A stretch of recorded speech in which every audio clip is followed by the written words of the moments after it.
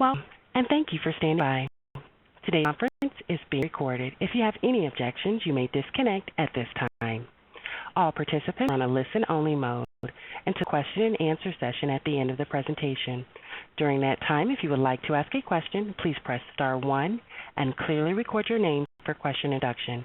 I would now like to turn the call over to your host, Mr. Mitch Larson. You may begin. Thank you, sir. Good evening and good morning to all here in Seoul, bright and early here in Korea. And I just want to welcome to our first webinar for the PyeongChang Winter Olympics, also the Summer Games in Brazil. As you've probably seen from the recent outgoing emails, I'll be one of our speakers this morning to kick us off, and also have Tyler Hacking, commercial officer in the commercial service here in Korea, Nate Ha, our senior commercial specialist, and then we also have the pleasure of having Jay Carrero, commercial officer in our Rio de Janeiro office in Brazil, kind of our resident expert here on the call, given that he's worked so much for so many on the Rio Olympics. So we're really excited to hear how things are going in Rio, and of course we're all excited for the Olympics in Rio coming up this summer. So just to get us started, I wanted to, after making the introductions, just want to give you a little bit of background about what's going on the ground here in Korea. As you've probably, if you're following, probably not at this stage, but there has been a lot of activity, I would say, in the last 6 months. We've definitely seen a ramp up of the preparations for the Winter Olympics here, the 2018 Games. We've seen a lot more billboards, advertising from some of the major companies here. We've read about a lot of successful test events in downhill skiing, bobsledding, and several other sports. And it's been really very successful, I would say. The test events have gone very well, especially considering that Korea is not traditionally a winter sports country. And so that is, again, going very well. Korea, I would say, having been here for the last 3.5 to 4 years, is a very can-do country. As you know, whether it's Hyundai or any of the large engineering construction firms in Korea.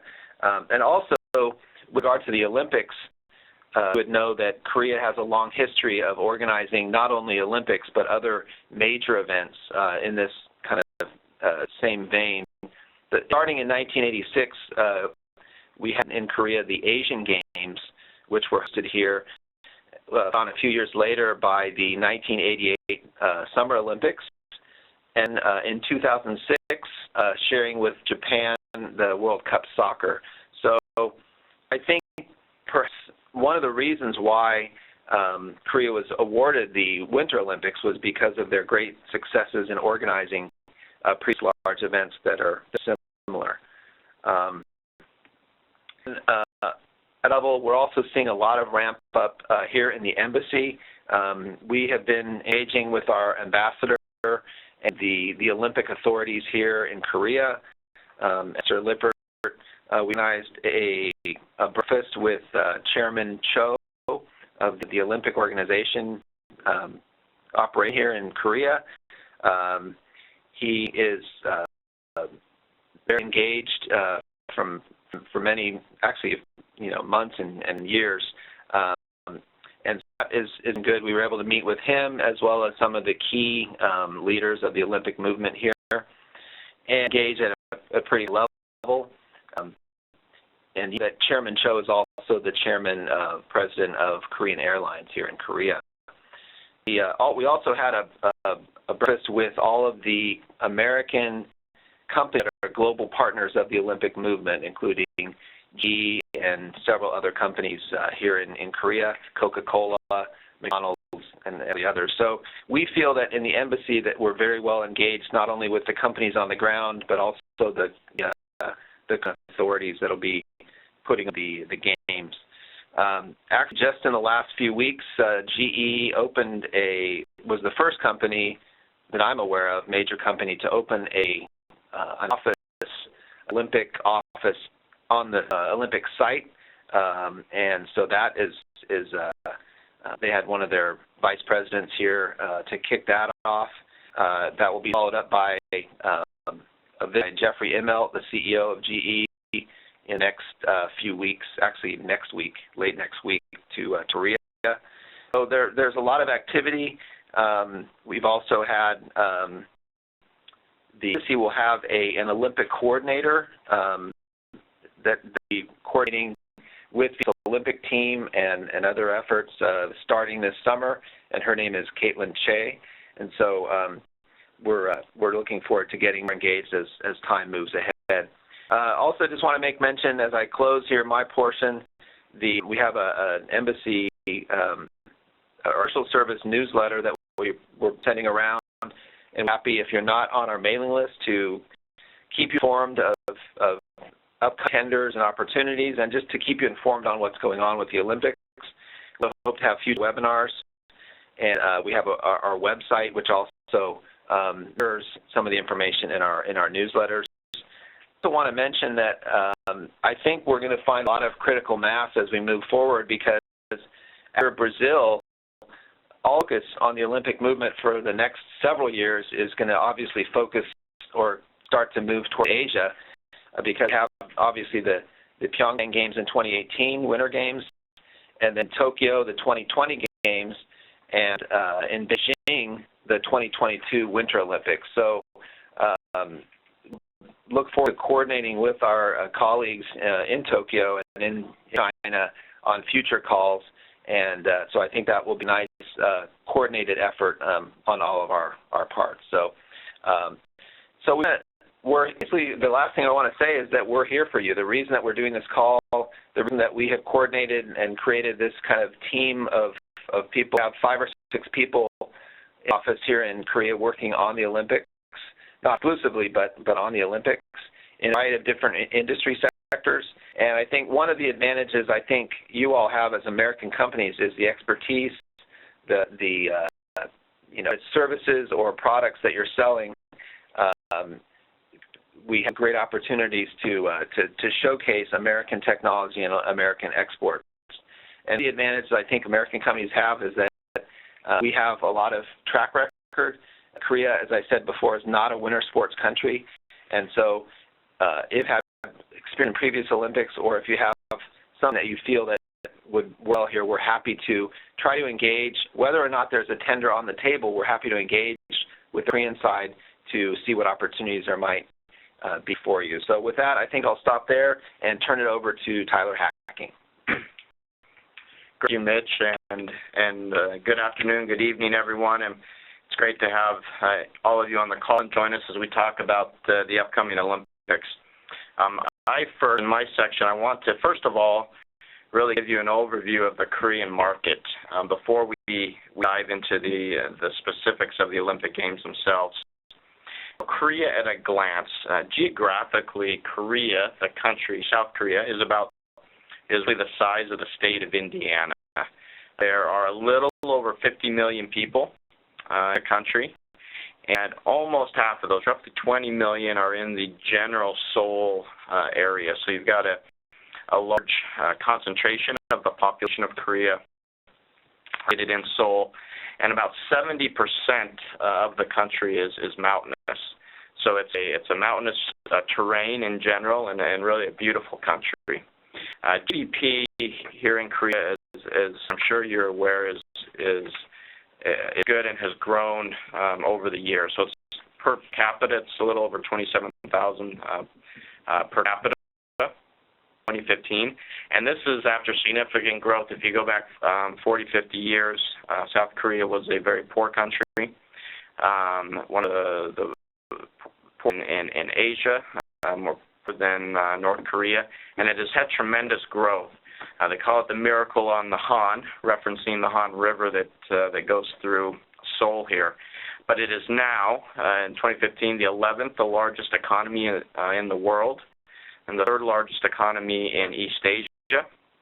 after China and Japan, and the 7th largest export market for U.S. goods. So it's really built itself into one of the global economic leaders. Economic trends, as Korea has grown and gone through significant growth, it's as expected begun to mature as an economy and as a market. So growth rates now have dipped below and are expected to stay below 3% moving forward. They were 2.6% in 2015, and this year expectation is that it will be below 3% as well. With some of the regional and global situation there, in recent years there has been somewhat of a small decline in both exports and imports, with mostly impacted by the China slowdown and the global economy. And with that, you have some consumer spending decline as well. Some of the foreign exchange weakness has impacted that, record household debt. So some of that has put somewhat of a lag on the economy here, and not surprising with the general regional and global conditions.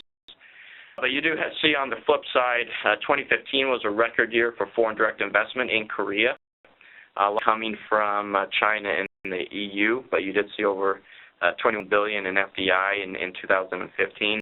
And then reciprocated back to the U.S., there was a expanding Korean FDI into the U.S. as well. This slide here just goes through some of the numbers that I just talked through on that last slide. So as I mentioned, Korea went through a really fast-growing and expansion period in the early 80s, where growth rates were over 9%. Continued with high growth rates until this last decade, where they've begun to come to a more appropriate level for a mature market the size that Korea is. So rates from 2016 moving forward will be in the 2% in terms of GDP growth and overall growth rate. Some of the economic kind of situation and concerns and priorities for South Korea as they look at the Indian situation from their growing or their maturing market, and how do they continue to find growth. I think traditional markets begin to slow down in their growth, as we've mentioned, steel, petrochemicals, shipbuilding, and a lot of that has gone into the initiative from the current President Park, the current administration here in Korea, to find new growth engines for the country, and they're calling this the Creative Economy Initiative, and really to find new engines of economic growth. Some of the areas are healthcare, Internet of Things, advanced materials, green innovation. Set up innovation centers around the country where they are able to put special focus, investment into driving and enhancing these new areas of growth for the economy. They do with that, and related, it is an economy where there is a lot of R&D investment, not only in the new areas of growth, but in the traditional sectors as well. And in 2015, it was number one in the world in terms of R&D investment, at about a little over 4% of the GDP. Here are some of the top exports into South Korea: transportation equipment, ICT, chemicals.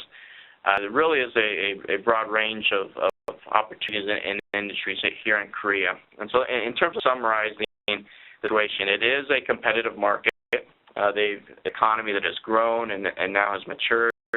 I find a lot of local competitors when you come to the market, but it is a market where there's opportunity as well, where U.S. companies have differentiation, where they have innovation. It certainly is a place from ease doing business to opportunity that can be a great place for U.S. companies. So one of those areas, obviously we're here to talk about today, that opens up some of those opportunities for you as a U.S. company, is the Olympics. And so with that in the kind of a general market overview, I'm going to turn it over to Nathan, one of our cultural specialists here in our office, to dive deeper and specifically into the upcoming Olympics. So Nathan? Thanks. Good afternoon, everyone. I'd like to take this opportunity to introduce PyeongChang Winter Olympics and also discuss about how to look for business opportunities, especially in government tenders. Beautiful scenery country where 70% of its land are mountainous areas, a population of about 51 million, and one-fifth of its population are living within Seoul. See from the map on the left bottom, the city of PyeongChang is located in the eastern side of Korean Peninsula. On its third successive try in 2011, it finally won a bid for hosting 2018 Winter Olympics Games over Munich of Germany and Annecy of France. To hold a successful and convenient event, government has established an express train will take 90 minutes from Incheon International Airport to PyeongChang Winter Olympic venues. Located in one of the mountainous area in Korea and has temperature of 20 to 30 degrees Fahrenheit for about 110 days a year, with a lot of snow. Climate makes PyeongChang a favorite destination for winter sports lovers. New established Olympic venues can be categorized into three areas: and a Pensia Resort and Sports Complex. Those venues are within 30 minutes in reach of 30 minutes. So event in which over 4 billion people watch worldwide. During time of broadcast, the Olympic constantly become a competition with an immense amount of influence. The advertising venue and such search results in an estimatable amount. He state that the average economic welfare that hosting the Olympic would bring is close to $57 billion. Is true or not, the only simply being a great economic opportunity is unquestionable. It has become a stepping stone to many global economies, notably Korea's own Seoul Olympic in '88. Every major area of production, such as automotive, electronics to semiconductors, IT products. Only the Korean firms, but also for foreign companies. It could be a milestone to gain more influence in global market. In the ready for Olympics, vast amount of investment is needed. Thus, indirect investment effect of $11 million. Also, in that about 390,000 foreigners are expected to visit Korea over the hosting period. Itself will have direct effect through vast inflow of tourists, estimated to generate $3.5 million. Building of national image that would occur after hosting the Olympics, this could have a long-lasting indirect economic effect. The estimate that over $20 millions of touring venues can be expected over the next 10 years after the Olympics. Also, the companies participating in the Olympics could also increase their revenue through brand improvement, amount estimated to be $9 billion. Government are trying their best to promote foreign investments. For example, they enacted the Special Tax Treaty Control Act, which states that non-resident individuals that PyeongChang Organizing Committee for 2018 Olympic and Paralympic Games recognized as a milestone participating in 2018 Winter Games or performing activities related to the Games operations have the benefit of individual income tax exemption. Detail about the business opportunity itself procurement procedures, I would like to take share with you current legal agreement Korea has regarding foreign investment, foreign businesses. WTO agreement on government procurement, GPA, has already opened Korea as respective procurement markets. The government procurement provision of course FTA expanded upon the WTO GPA and brought U.S. firms with great access to Korean procurement markets and vice versa. So the cost of a project has to be above a certain threshold amount shown in the table in order for projects to be open to foreign participants.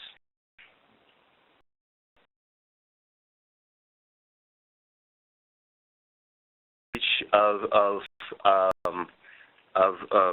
procurement that Korean procurement service is operating. Most of the languages, information are available in Korean, but there is also is equivalent website in English version. In specific, Korea has transparent procurement process where all the procurement lists are loaded on the internet.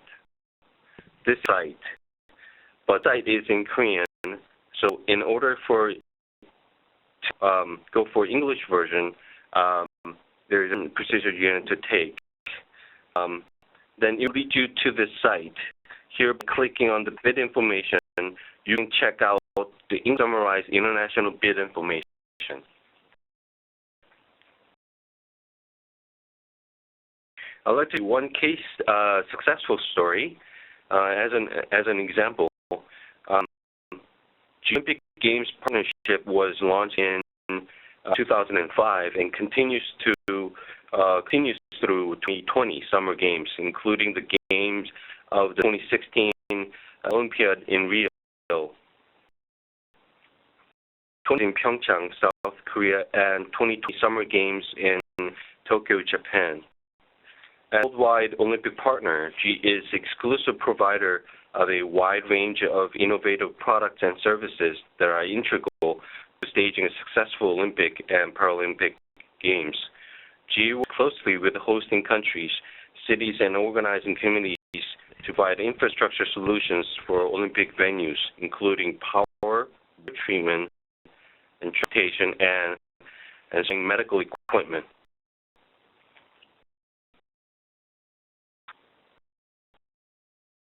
However, not everything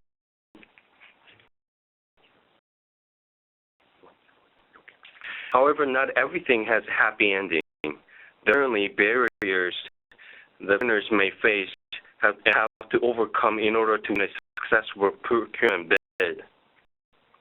Barriers are that actual information available mostly in Korean language only. Even procurement provision service has English version website. That website do not show all of the information. Also, even though Korea is part of the WTO agreement on PA, agencies that post procurement contracts are exempted from international agreement. Most of the procurements are only available in Korean to Korean firms. Also, here is that the big projects which should be open to foreign investors are being subdivided so in a way that the project doesn't exceed the threshold amount stated by course FTA or WTO GPA.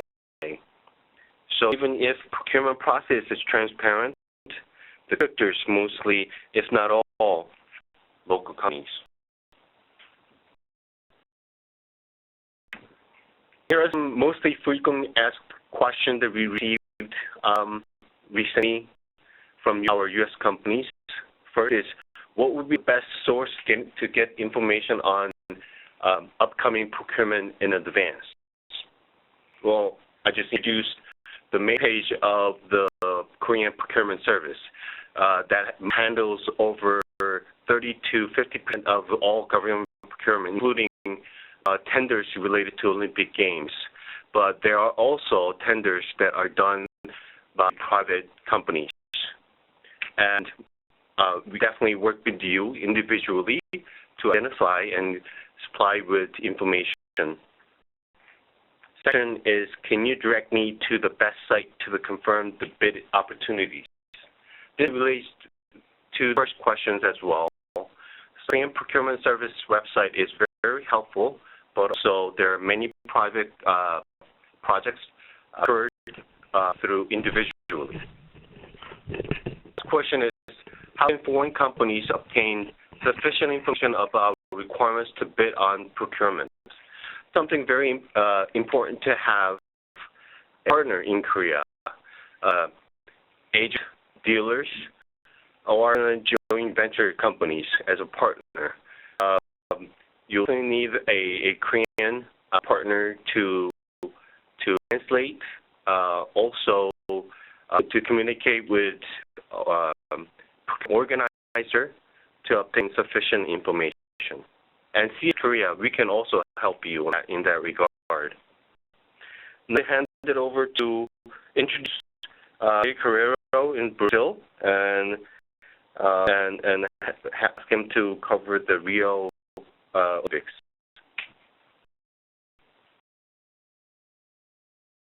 Thanks. Pleasure you today here from Brazil in Rio. As you heard, my name is Jay. I've been working on the Rio 2016 games for the commercial service here in Rio since 2014, and I just wanted to take a few moments to sort of give you some of what we learned and what companies should do, should not do, and what the commercial service can do to help you find procurement tenders and be successful in your proposals. So any further ado, I'll get going. The first is to know the structure.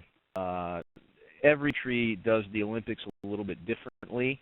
There's usually several layers of authority that you can know and deal with. But the main thing is to find out who's going to be in charge of the procurement. In other words, who's got the money, where's the budget buying things with the Olympics. You know, they set it up several times, but this is how it ended up. Let's just put it that way. The Olympic Public Authority, basically at the federal government level, and they were responsible for dealing with the IOC and the overall coordination of the games.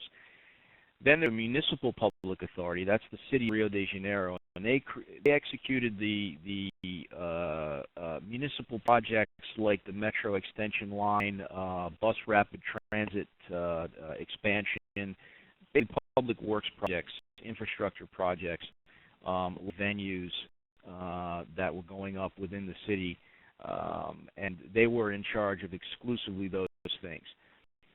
The Rio 16 organizing Olympic Committee, this is the committee, the third one, that basically had the money to buy things for the games, from everything like flooring to seats to tickets to skate equipment to basketballs and so on and so forth.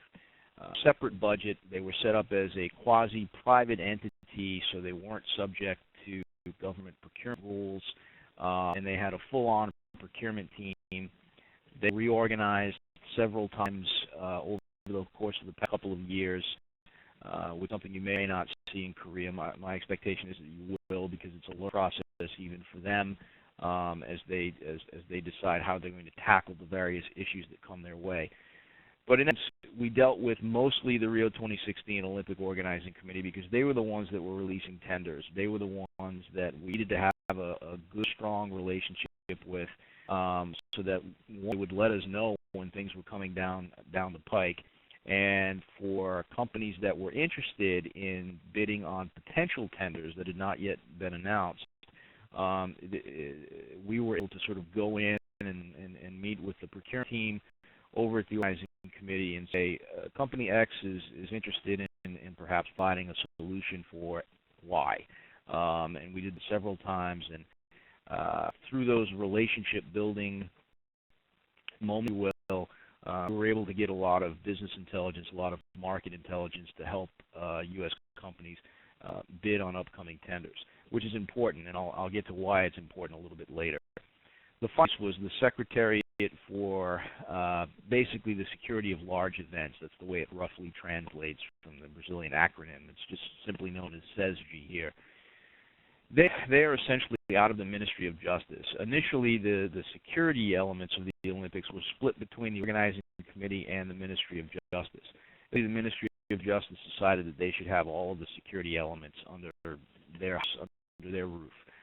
So they housed it with SESG. SESG was created way back in the days of the Pan Am Games several years ago here in Rio, and it was also functioning for the World Cup a couple of years as well.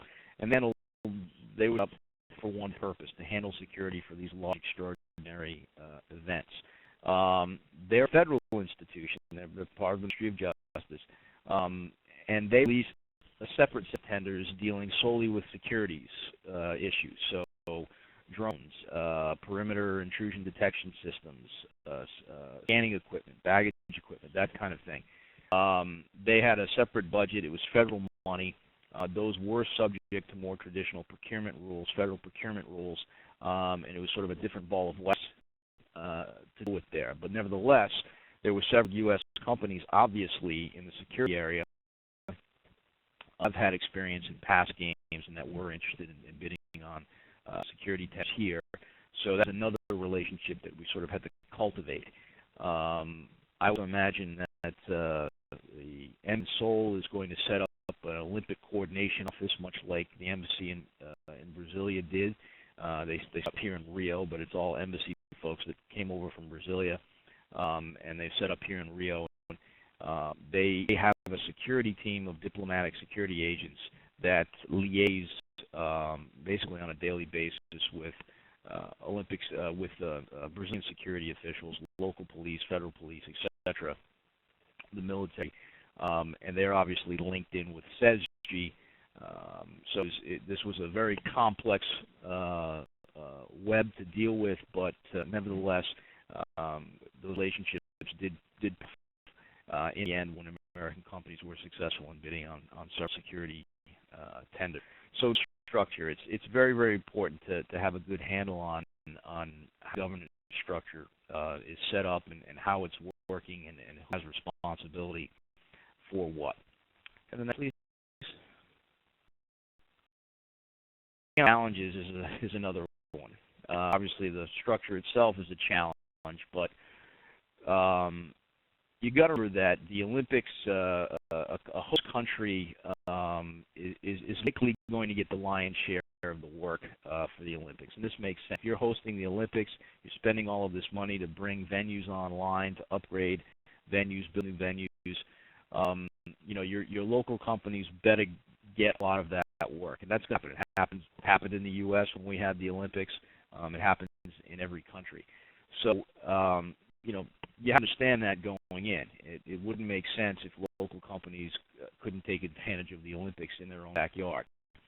So what is the U.S. companies? Well, U.S. companies with previous Olympic experience were very highly sought after here in Brazil. So previous Olympic experience is definitely a boon. And companies that had unique solutions or unique technology that no one else really had or could match or could provide on the scale necessary had an advantage. So that's the one way of figuring out that particular challenge. And of course, there's partnering opportunities. In Brazil, you need a partner to do business for practically anything, even if it's just normal exporting. The Olympics is no different. There were plenty of subcontracting opportunities, project management opportunities, you name it, especially with the municipal projects such as the Metro line extension and whatnot. Figuring another situation, in Brazil, taxes are very high. They're also very complex. The federal government did introduce tax abatement measures to recognizing the complexity of their own tax system. They introduced some tax abatement measures. But they were difficult to take advantage of because the tax abatement was only realized for temporary goods coming into the country. So at the end of the day, if your product wasn't leaving the country after the Olympics were done, even if it was for a re-export or whatever, if it wasn't leaving, then it wasn't going to be able to take advantage. You weren't going to be able to take advantage of that particular tax abatement. I'm sure Korea will implement some sort of abatement regime to incentivize foreign companies bring products in for the Olympics, but that's definitely something to keep an eye on and figure out how it's going to work. What the Olympic Committee, the Municipal Committee, whoever, what are they looking for in their proposals? You have to craft a good proposal. Usually fairly short, only a couple of pages long. Most of the time they were in Portuguese. We were available, obviously, to help with translations. Turnaround time was very quick, and companies really needed to figure out what it is that they were looking for in this particular proposal, and sometimes it had to do with development, how this was going to, how this drone, for instance, how is this going to be legacy for the Olympics? So figure out a way to turn it over to the police department after the Olympics are done. How is this BMX track going to benefit the local community? How can you turn it over to the local community after the Olympics are done? So those social responsibility aspects were something that companies were encouraged to sort of write into their proposal as they could. It doesn't always work for a particular tender, but where applicable, those kinds of platitudes that governments to espouse, development and capacity, social responsibility, you try to work those in where you can. As I said, you have to be ready because these tenders oftentimes had short turnaround time. Sometimes it was a 3 turnaround time. The tender was announced on a Wednesday. It was due on a Friday.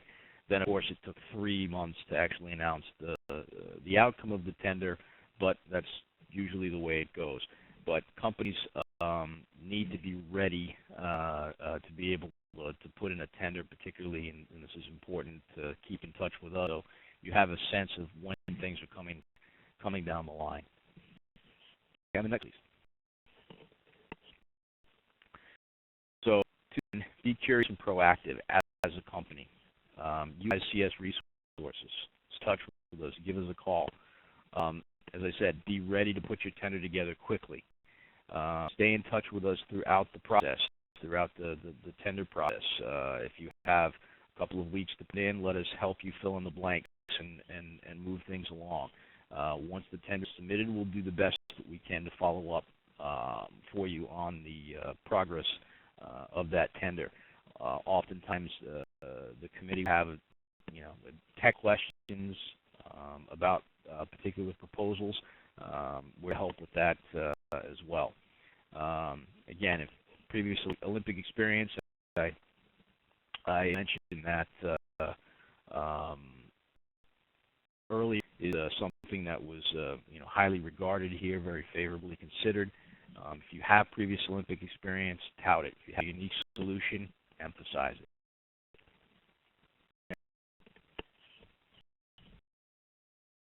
So here are some things we did to help U.S. companies succeed in the Olympic process here in Brazil. To date, we're only a few months away from the Olympics now. They're going to open in August here. We've had 50 companies, a little over 50 companies, about 52 companies, successfully win tenders here in Brazil, and which is a pretty good number when you think about it. Given the venues and all the things that need to happen, that need to come together to put on a successful Olympics. So we were there for those companies that that contacted us. We were able to translate documents. We created a newsletter, which sounds like Korea is going to do the same thing. It's a great way to keep on top of the most recent tenders and the news that's coming out about the Olympics. Sometimes, because we're on the ground here, we have access to some gossip and the rumors a lot more quickly than the international press does, and we try to get that out there for our clients. Please. Again, we have a relationship with the Olympic Committee and every other agency that was involved in the Olympics, so that we were plugged in as best we could. And as I said, they alerted us to specific procurements and partnership opportunities on a regular basis, which worked out great for several of our companies. And then we updated our website on something that Korea, I think, has already done, actually, to provide up-to-date information on the relevant issues, here in Brazil, and provide with some general market research in the country. So, I mean, that's kind of what we learned. That's what the that we can give the companies looking to participate in Olympic tenders, and some of the ways that we can help you. Every country does it differently, as I said early on. It will have its own way of working. Brazil is definitely a unique place, when it comes to being on big events like this. Cultures. So to help you navigate those waters. Thanks. Great. Well, thank you, Jay. We appreciate that insight and expertise that you guys have gained from the Rio Olympics, and thank you for sharing that. Here in Korea, we are taking those learnings from Brazil, and it's a process here. But we wanted to share some of the things that we have implemented to date that are helpful to U.S. companies that you can take advantage of now. And then the most important, and Mitch mentioned this up front, most important is to know we are here, to have our contacts. And so as this process moves forward, you'll be able to reach out and communicate with us and utilize us moving forward. But there are 3 areas we wanted to mention. First is our website resources. So on our Korea website, we have some resources. We'll walk through those that are out there now, and additional information and helpful items will be added to that as we progress through the next couple of years. We mentioned the newsletter. We'll do that real quick. And then our general commercial service programs, will just highlight those again in case you're not aware of what we offer from a commercial service program standpoint. But for our website, we think we're going to test the technology today to open up the website and walk you through it. So we'll just talk through it and invite you to go to the website and check it out for yourself. But you go to this link here that is at the bottom. You can either use the link directly, or you can get on the internet on your browser and search Commercial Service Korea. Go to our homepage and click on our Olympic banner off of our homepage, and it will lead you to our Olympics page on our website. On page is really the housing point for the resources that are available now and that will be available in the future. Currently today, you're going to find on there a video market briefing that we have on the Olympics.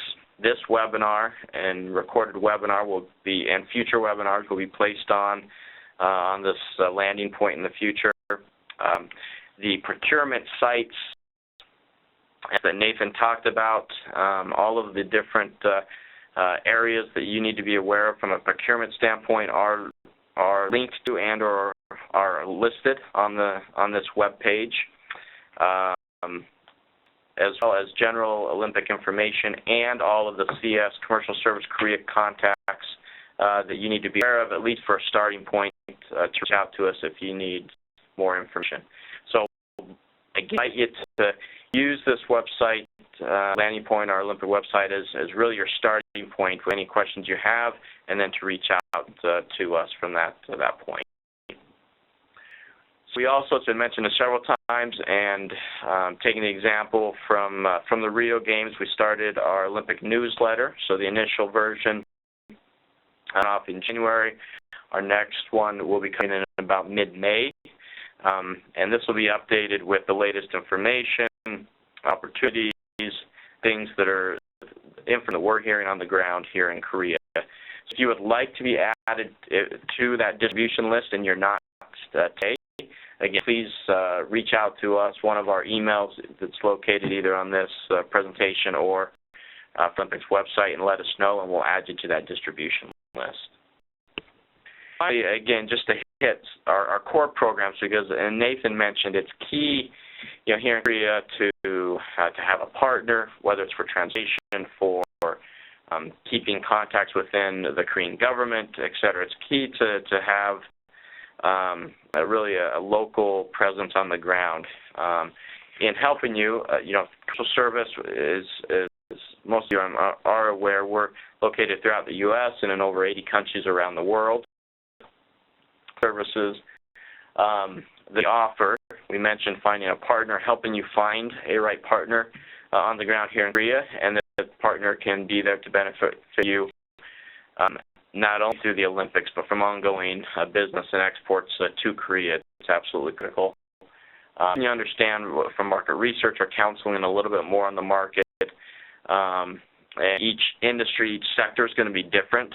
So working with and counseling with our commercial specialists is a service that we offer in cases of government bids and tenders for the Olympics and or for general governments and tenders. There's the commercial service advocacy service that is very active here in Korea.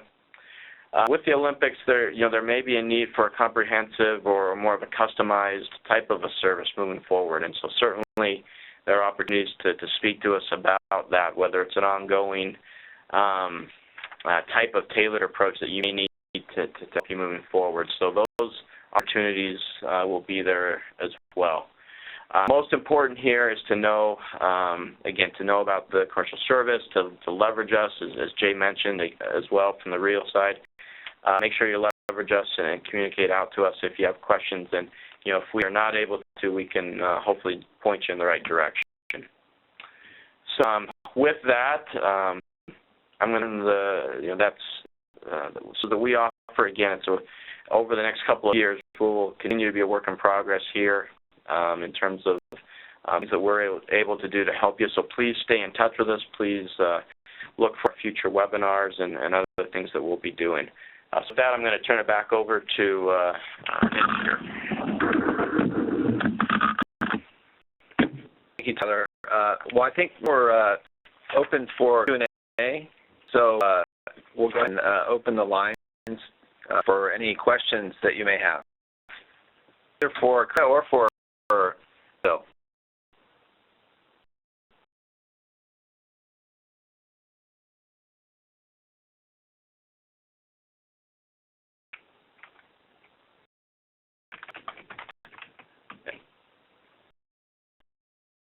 And I'll share again how they're able to open their phone lines for questions. Yeah, thank you. At this time, we would like to begin the question and answer session of the conference via the phones as well. To ask a question, please press *1 and record your name clearly for question introduction. Again, to ask a question, please press *1 and clearly record your name for question introduction. We're pleased to see if we have questions from the phone.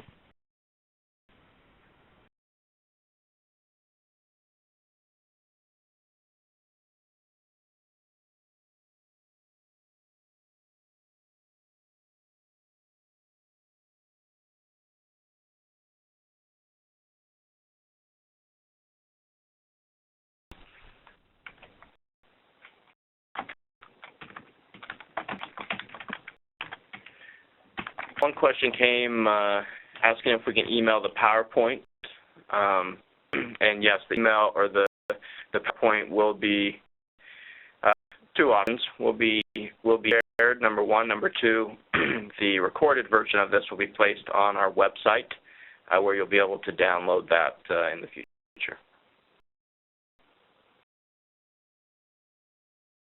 I am from the phones. Are you ready to take that, or would you like to answer more questions from online?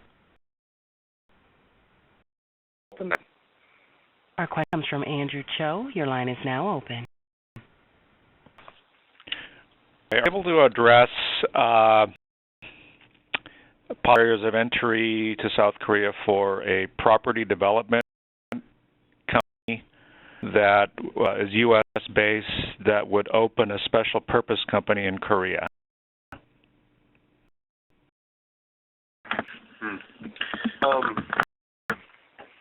There's one case, one big case I'd like to share with you.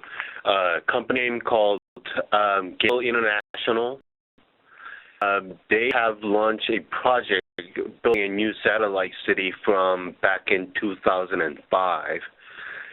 And it's about $30 billion projects, and it's ongoing as of this moment as well.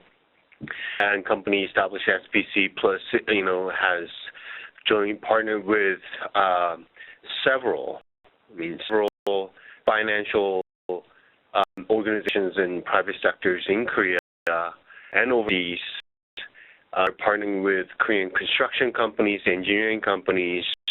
In terms of establishing an SP, foreign companies to establish SPC, there are certain regulations in terms of registration and complying with tax laws, but we can definitely look into and advocate you to find more information.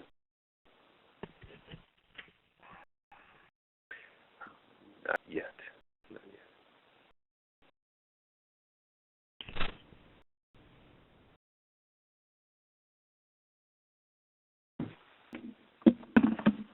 Are there any other questions online or on the phone?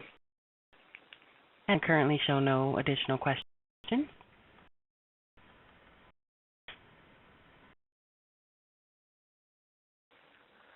If no further questions, I think we're at almost an hour, so I think we've probably taken, at this point, enough of everyone's time. And as you have all the contact details for either Brazil or Korea, please do reach out to us. Also, just a reminder that as we move forward, we'll definitely want to include our friends in Tokyo and in Beijing to talk about on the next webinar the great opportunities we have in the countries. And I know that in Tokyo, they've already done a lot of Olympic outreach. Not sure yet about Beijing because that's still a little bit away. The last point I'll make is when you're booking travel to Korea through your travel agents, make sure that you specify that you want to go to PyeongChang and not Pyongyang. Very important for unspecified reasons. But I'd like to thank everyone for participating and joining us today, and we look as the commercial service to continuing to be your partner worldwide. Thank you very much.